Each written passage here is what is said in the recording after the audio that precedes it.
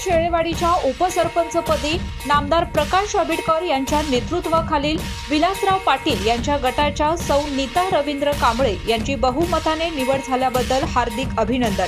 शुभेच्छुक कांबळे कुटुंब, ग्रामपंचायत सर्व सदस्य, गावातील विविध संस्था पदाधिकारी, ग्रामस्थ व समतानगर शेळेवाडी, तालुका राधानगरी, जिल्हा कोल्हापूर. नमस्कार, मी सौ नीता रवींद्र कांबळे, राहणार शेळेवाडी, तालुका राधानगरी, जिल्हा कोल्हापूर.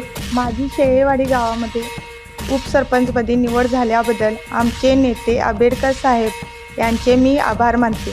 ग्रामपंचायत सदस्य आणि ग्रामसेवक तसेच ग्रामस्थ यांचे मी मनापासून आभार मानते.